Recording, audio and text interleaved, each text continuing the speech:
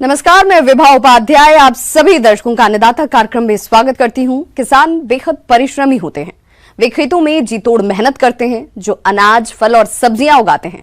हमारे देश की अर्थव्यवस्था का लगभग समूचा भार इन्हीं के कंधों पर है।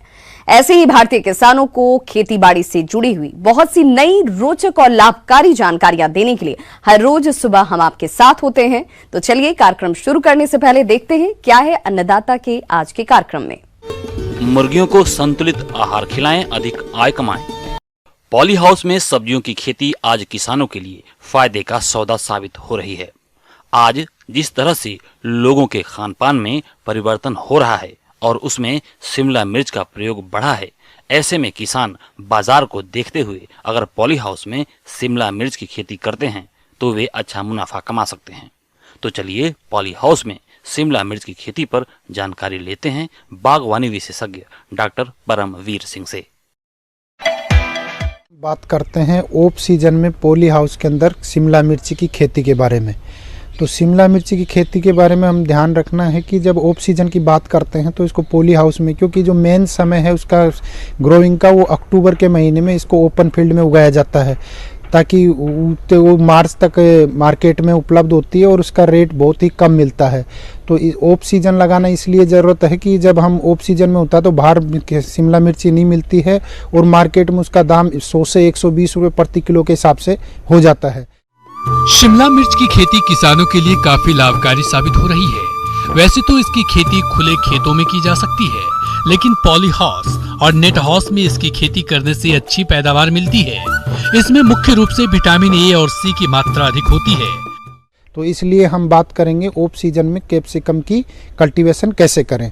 तो सबसे पहले हम बात कर रहे हैं कि इसमें नेचुरली वेंटिलेटेड में हम इसको ग्रो कर सकते हैं या शेड नेट हाउस हमारे रीजन के लिए सबसे अच्छा होता है। तो इसके अंदर ताकि हम टेम्परेचर को थोड़ा बहुत मेंटेन कर सकते हैं। तो बात करेंगे इसकी खेती के बारे में। तो सबसे पहले हम इसमें रेज बेड बनाते हैं।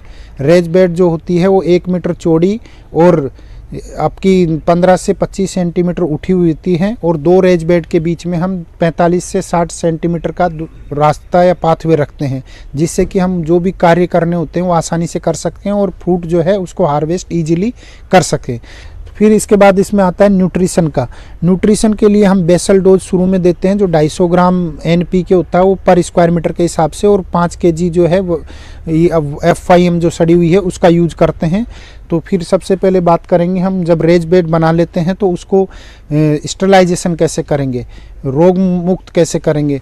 तो इसके लिए हम इसमें अगर हम फर्स्ट टाइम लगा रहे हैं तो कोई ज़रूरत नहीं पड़ती है ज़्यादा, और जब बार बार करते हैं तो इसके लिए हम फॉर्मेल्डिहाइड से इसको ट्रीट करते हैं। फॉर्मेल्डिहाइड के लिए हम इसमें ऐसा करते हैं 1:10 का रेशियो लेते हैं। 1 लीटर फॉर्मेल्डिहाइड और 10 लीटर वाटर को लेकर मिक्स करके जो बेड तैयार किए गए हैं उसमें हम इसका स्प्रे करते हैं। उसके उपरांत जो मल्चिंग शीट आती है उससे कवर कर देते हैं 8 से 10 दिन के लिए। उसके बाद उसको ओपन करने के बाद फ्रेश वाटर से फिर एक बार बेड को हम वॉश कर लेते हैं और उसको 8 से 10 दिन के लिए छोड़ देते हैं ताकि उसका रेजिडुअल इफेक्ट ख़त्म हो जाए। उसके उपरांत हम इसका पौधे, इसी दौरान जब हम स्टेरिलाइजेशन कर रहे होते हैं उसी समय इसको प्रो ट्रे में इसकी नर्सरी को तैयार कर लिया जाता है। इसके लिए हम वर्मी कंपोस्ट और कोकोपीट का 50-50% का रेशियो लेते हैं और 50 kVT की जो ट्रेज आती हैं उसके अंदर हम लगा देते हैं, ताकि हमारा जो 15-20 दिन का समय जो स्टेरिलाइजेशन का हो तो उसी समय हमारी पौध तैयार हो जाती है। तो एक जो ट्रे के जो केविटी है उसमें 1 सीड डालते हैं तो 50 सीड तैयार हमारे एक प्रो ट्रे में हो जाते हैं। उसके लिए हम जो भी मार्केट में उपलब्ध हैं, जैसे कि वेराइटीज़ बहुत सी उपलब्ध हैं, कलर्ड कैप्सिकम में येलो कलर, रेड कलर, तो कुछ वेराइटी हैं जैसे इंदिरा रेड है, महाभारत है, भारत है, लक्ष्मी है, ये ओरेबेली है, बॉम्बी है, ये वेराइटीज़ मार्केट में उपलब्ध हैं, उनको हम यूज कर सकते हैं। उसके उपरांत जब 1 महीने बाद 25 से 30 दिन में सीडलिंग तैयार हो जाती है तो उसको हम बेड में लगाते हैं।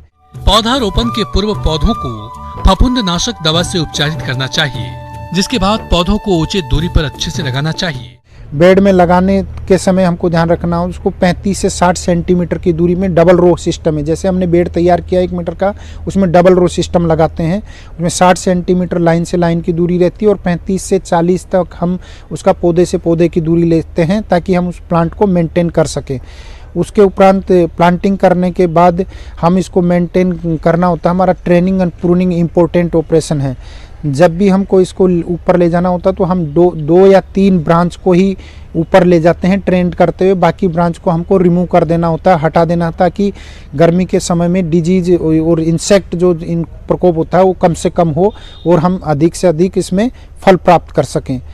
पौधे को सहारा देना। शिमला मिर्च में पौधे को प्लास्टिक या जूट की सुतली से बांधकर ऊपर की ओर बढ़ाने के लिए सहारा दिया जाना चाहिए, जिससे फल गिरते भी नहीं हैं और फलों का आकार भी अच्छा रहता है।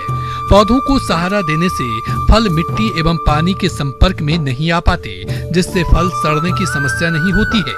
उसके उपरांत हम इसमें जो वाटर सोल्यूबल है उसका भी स्प्रे करते हैं। NPK 1919 जो होता है उसका हम 3 ग्राम पर लीटर के हिसाब से 15 दिन के अंदर एक स्प्रे करते हैं। उसके अतिरिक्त इसमें ड्रिप के द्वारा भी हम इसमें न्यूट्रिशन देते हैं। इस प्रकार से हम इसके कैप्सिकम ऑफ सीजन में करके अधिक से अधिक मुनाफा कमा सकते हैं। किसान भाइयों, अभी तक आपने खेती से जुड़ी हुई बहुत सारी उपयोगी जानकारियां देखी। अब लेते हैं एक छोटा सा ब्रेक, जल्द लौटेंगे और कार्यक्रम में आगे भी है खेती बाड़ी से जुड़ी हुई बेहद महत्वपूर्ण जानकारियां, तो बने रहिए हमारे साथ। ब्रेक के बाद आप सभी दर्शकों का अन्नदाता में एक बार फिर से स्वागत है। चलिए रुक करते हैं अपनी अगली कड़ी की ओर। खेती में बढ़ती लागत, खर्च और स्थिर होती आय के चलते प्रदेश के किसान कृषि सह व्यवसायों को अपनाने लगे हैं। इन सह व्यवसायों में से बहुत से किसान ब्रॉयलर मुर्गियों का पालन कर रहे हैं, लेकिन इस व्यवसाय से अधिक लाभ लेने के लिए आहार प्रबंधन पर विशेष ध्यान देने की जरूरत होती है। तो किस प्रकार से करें मुर्गियों के लिए संतुलित आहार प्रबंधन, इस बारे में जानकारी दे रहे हैं डॉक्टर गिरिराज गोयल। आज हम चर्चा करेंगे ब्रॉयलर मुर्गियों के आहार प्रबंधन पर। ये ब्रॉयलर मुर्गियों में आहार का बहुत महत्वपूर्ण स्थान है, क्योंकि इनकी उत्पादन की कुल लागत का करीब 70 से 80% इनके आहार पर ही खर्च होता है। अगर आप इनका आहार अच्छा रखेंगे, इनका दाना अच्छा रखेंगे, तो इनमें वृद्धि दर बहुत अच्छी रहेगी और आपको कम से कम दाने में अधिक से अधिक वजन की मुर्गी प्राप्त होगी, जिससे कि आपका लाभ भी अच्छा रहेगा। मुर्गी पालन में आहार प्रबंधन बहुत अहम है। साथ ही सबसे ज्यादा खर्च भी इसी पर होता है, जो कि उत्पादन को भी प्रभावित करता है। वहीं जब आहार में अगर कोई कमी रह गई हो तो मुर्गियों को कई प्रकार की बीमारियां भी हो जाती हैं, जिससे उत्पादन बुरी तरह से प्रभावित होता है। यहाँ ये ध्यान देना बहुत जरूरी है कि जो आहार हम दे रहे हैं उसमें सभी जरूरी पोषक तत्व जैसे कि कार्बोहाइड्रेट, वसा, प्रोटीन, मिनरल्स और विटामिन शामिल हो। नियमित पोषक तत्वों के अलावा अलग से कुछ और बेहतर पोषक तत्व देने की जरूरत होती है, जिससे खाना ठीक से पच सके, साथ ही उनका विकास भी जल्दी हो सके। तो सर्वप्रथम बात करते हैं कि दाने में पोषक तत्वों की। तो पोषक तत्वों की मात्रा ब्रॉयलर मुर्गियों में लेयर मुर्गियों से हमेशा ज़्यादा रखी जाती है। ऊर्जा की मात्रा करीब 3000 से 3200 किलो कैलोरी प्रति किलोग्राम दाना की मात्रा रखी जाती है। उसके अलावा प्रोटीन की मात्रा करीब 22 से 23% क्रूड प्रोटीन की मात्रा रखी जाती है। इसके अलावा इनमें लाइसिन और मिथ्योनिन नामक अमीनो अम्ल अलग से 0.5% और 1% की दर से मिलाए जाते हैं। इसके अलावा इनके दाने में कैल्शियम की 1% मात्रा, फास्फोरस की 0.5% मात्रा और नमक की 1% मात्रा भी हमको मिलानी चाहिए। अब हम बात करें कि किस प्रकार हम ब्रॉयलर के दाने को तैयार कर सकते हैं। ब्रॉयलर के दाने को तैयार करने के लिए ऊर्जा के घटक के रूप में पीली मक्का का इस्तेमाल करना चाहिए, जिसकी करीब 50 से 60% मात्रा हम ले सकते हैं। उसके अलावा प्रोटीन की पूर्ति के लिए हमें सोयाबीन की खली, इसके अलावा चावल की पॉलिश, राइस पॉलिश का करीब 10 से 15% इस्तेमाल करते हैं। राइस की भूसी, राइस ब्रान का हम करीब 5 से 10% इस्तेमाल करते हैं। मछली की खली को हम 5 से 10% मिलाते हैं। इसके अलावा मिनरल मिक्सचर करीब 2%, नमक 1% और कैल्शियम 1% की दर से हम ब्रॉयलर के दाने में डालते हैं। और इस प्रकार से अगर किसान भाई अपना दाना स्वयं तैयार करेंगे तो उनको जो बाजार में जो दाना उपलब्ध है उससे करीब 3 से 4 रुपए किलोग्राम प्रति किलोग्राम दाने की उत्पादन में कमी आएगी, जिससे कि उनका लाभ उतनी ही मात्रा में बढ़ जाएगा।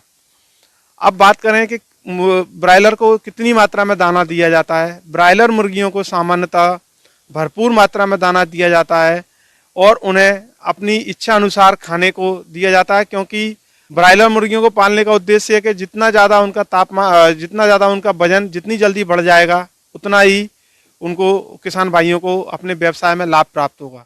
किसान भाइयों, मुर्गियों को आहार 3 भागों में दिया जाता है, जिसमें प्रथम चूजे की उम्र 0 से 10 दिन पर प्री स्टार्टर के रूप में देते हैं, दूसरा 11 से 21 दिन पर स्टार्टर के रूप में देते हैं तथा तीसरा 22 दिन से ऊपर की मुर्गियों को फिनिशर दाने के रूप में खिलाते हैं। इसके बाद बात करते हैं मुर्गियों के, ब्रायलर मुर्गियों के पानी के प्रबंधन के बारे में, क्योंकि जो बीमारियों का मुख्य स्रोत है वो पानी ही है। अगर हम पानी के प्रबंधन को ठीक रखेंगे तो बीमारियों पर बहुत हद तक रोकथाम रहेगी। सर्दियों के समय और सामान्य वातावरण में भी रोज़ हमें नियमित रूप से पानी के बर्तनों को साफ करना चाहिए। उसके अलावा उसमें साफ करने के बाद में उनमें साफ और स्वच्छ ताज़ा पानी अच्छी मात्रा में, सर्दियों में करीब दाने की 2 से 2.5 गुना मात्रा और गर्मियों में 2.5 से 3 गुना मात्रा में हमको पानी उपलब्ध कराना चाहिए। इसके बाद पानी में कुछ एंटी स्ट्रेसर जैसे कि विटामिन सी और विटामिन बी कॉम्प्लेक्स को मिलाना चाहिए, जिससे कि इनकी ग्रोथ भी अच्छी बनी रहती है और इन पर स्ट्रेस का भी विपरीत प्रभाव नहीं पड़ता है। इसके अलावा दाने में जब कभी ज़रूरत हो तो दवाइयाँ भी मिला सकते हैं, एंटीबायोटिक भी डाल सकते हैं, क्योंकि सर्दियों में मुर्गियों में कॉक्सीडिया बीमारी काफ़ी आती है। उसकी रोकथाम बहुत आवश्यक है और बेहतर है कि आप बीमारी के आने के पहले ही उसको रोक दें। आगे और भी है खेती बाड़ी से जुड़ी हुई बहुत सी रोचक जानकारियां, पर यहां रुकेंगे एक छोटे से ब्रेक के लिए, जल्द होंगे हाजिर। ब्रेक के बाद एक बार फिर से आप सभी दर्शकों का अन्नदाता कार्यक्रम में स्वागत है। बढ़ते हैं अपनी अगली प्रस्तुति की ओर। मौसम के अनुसार प्रबंधनों पर टिकी है आपकी खेती बाड़ी, और इसीलिए मौसम पूर्वानुमान और उस पर आधारित साप्ताहिक कृषि सलाह इस प्रकार है। ग्रामीण कृषि मौसम सेवा मौसम पूर्वानुमान एवं कृषि सलाह जयपुर से भेजे गए मौसम पूर्वानुमान रिपोर्ट के आधार पर इन क्षेत्रों में आगामी 4 दिनों के दौरान अधिकतम तापमान 24 से 25 डिग्री सेल्सियस और न्यूनतम तापमान 9 से 11 डिग्री सेल्सियस रहने की संभावना है। ऐसे में इन क्षेत्रों के किसान भाइयों को सलाह दी जाती है कि कोरोना के गंभीर फैलाव को देखते हुए किसान भाई सरकार की सलाह का सख्ती से पालन करें और स्वयं की उचित देखभाल, व्यक्तिगत स्वच्छता, मास्क का उपयोग, साबुन से उचित अंतराल पर हाथ धोने तथा एक दूसरे से सामाजिक दूरी बनाए रखने पर विशेष ध्यान दें। समय से बोई गई गेहूं की फसल में गांठ बनने की अवस्था पर, जो अवस्था 60 से 65 दिन पर आती है, पर तीसरी सिंचाई एवं देरी से बोए गए गेहूं की फसल में फुटान की अवस्था पर, जो कि 40 से 45 दिन की अवस्था पर आती है, इस अवस्था पर दूसरी सिंचाई देने का उपयुक्त समय है। मेथी, मटर, जीरा और धनिया की फसल में फफूंदी रोग के प्रकोप की संभावना है। इस रोग में पत्तियों पर सफेद चूर्ण दिखाई देते हैं। इसके नियंत्रण के लिए केराथेन 1 मिलीलीटर या केलाक्सिन 1 मिलीलीटर या डिफेंजाजोल 0.5 मिलीलीटर प्रति लीटर पानी या डस्ट सल्फर 25 किलोग्राम प्रति हेक्टेयर की दर से प्रयोग करें। ग्रीष्मकालीन टमाटर के लिए नर्सरी लगाने का यह उचित समय है। जो किसान भाई इस समय टमाटर की रोपाई करना चाहते हैं तो 60 किलोग्राम नाइट्रोजन, 80 किलोग्राम फास्फोरस और 60 किलोग्राम पोटास प्रति हेक्टेयर की दर से उपयोग करें। संकर टमाटर की फसल में 30 कुंतल FYM के साथ 180 किलोग्राम नाइट्रोजन, 120 किलोग्राम फास्फोरस और 80 किलोग्राम पोटास प्रति हेक्टेयर की दर से उपयोग करें। चने एवं पछेती मटर की फसल में फली छेदक कीट के प्रकोप की संभावना है। इस कीट के नियंत्रण हेतु बारानी चने की फसल में फली लगने के बाद मेलाथियान दवा का छिड़काव करें। टमाटर की फसल में पर्णकुंचन एवं मोज़ेक रोग की रोकथाम हेतु रोगग्रस्त पौधों को उखाड़कर नष्ट कर देवें तथा रोग के प्रसार को रोकने के लिए मिथाइल ओडिमेटान 25 EC की 1 मिलीलीटर मात्रा प्रति लीटर पानी की दर से घोलकर छिड़काव करें। पपीते की फसल में पर्णकुंचन एवं मोज़ेक रोग की रोकथाम हेतु रोगग्रस्त पौधों को उखाड़कर नष्ट कर देवें तथा रोग के प्रसार को रोकने के लिए मिथाइल ओडिमेटान 25 EC 1 मिलीलीटर प्रति लीटर पानी की दर से घोलकर छिड़काव करें। अन्नदाता हेल्पलाइन निशुल्क फोन संपर्क सेवा के माध्यम से आपके द्वारा पूछे गए प्रश्नों में से एक या दो महत्वपूर्ण प्रश्न को हम अपने कार्यक्रम में शामिल करते हैं और इसी के तहत आज का चयनित प्रश्न और उसका जवाब इस प्रकार है। आज की अन्नदाता हेल्पलाइन में हमने जिस प्रश्न को शामिल किया है उसे पूछा है प्रतापगढ़ जिला अलवर के सुमेर सिंह ने। आपकी सरसों की फसल में माहू कीट का प्रकोप हो रहा है, आप इसकी रोकथाम के बारे में जानकारी चाहते हैं, तो इसके लिए देखिए कार्यक्रम का यह अंश। जो सरसों लगाने का सही समय है वो अक्टूबर से शुरू होता है। अगर हम सरसों को सही समय पर लगाते हैं तो हम कई तरह की समस्याओं से बच सकते हैं। किसान भाइयों को सरसों की फसल में कई तरह के कीड़े मकोड़ों की समस्याओं का सामना करना पड़ता है। सबसे महत्वपूर्ण है माहू।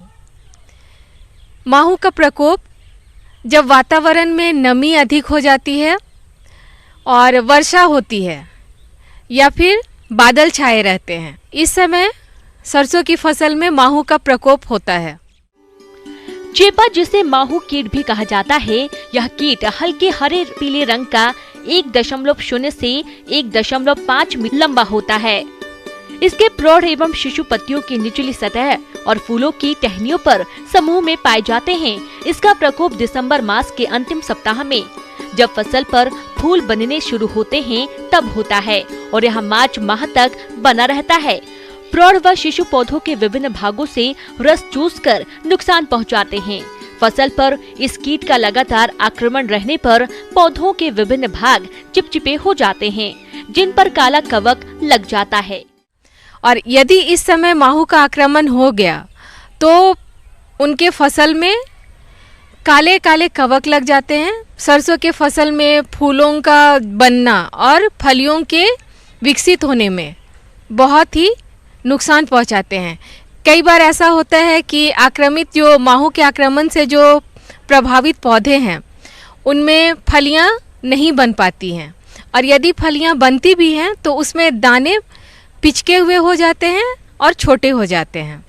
तो जिन पौधों में किसान भाई इनका प्रकोप देखते हैं तो सबसे पहले तो वो इन पत्तियों को या पौधों के उन हिस्सों को हटा दें जिन पे माहू का आक्रमण हुआ है। उन पौधों के हिस्सों को हटाकर उनको नष्ट कर दें। सरसों का समय पर बिजाई करने पर इस कीट का प्रकोप कम होता है।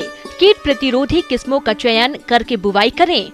जब खेत में कीटों का आक्रमण 20% पौधों पर हो जाए या औसतन 13 से 14 कीट प्रति पौधा हो जाए तो किसी कीटनाशी का प्रयोग करें, जिसमें एक है 20 लीटर गौमूत्र में 5 नीम की पत्ती का काढ़ा मिलाकर 400 लीटर पानी में मिलाकर प्रति एकड़ कीटग्रस्त फसलों पर छिड़काव 15 दिन के अंतराल पर करें। यदि सरसों के खेत में माहू का प्रकोप अधिक हो गया है तो उन्हें रासायनिक दवा का उपयोग करना ज़रूरी हो जाता है। ऐसी अवस्था में वो रोगर या मेटासिस्टॉक्स, इसकी 1.5 मिलीलीटर की मात्रा 1 लीटर पानी में घोलकर वो इसका स्प्रे अपने खेतों में कर सकते हैं। और यदि इसका प्रकोप उनके खेतों में बहुत अधिक हो चुका है तो 15 दिनों के अंतराल पर 3 बार वो इसका छिड़काव करें तो काफ़ी हद तक वो अपने फसल को आर्थिक नुकसान होने से बचा सकते हैं।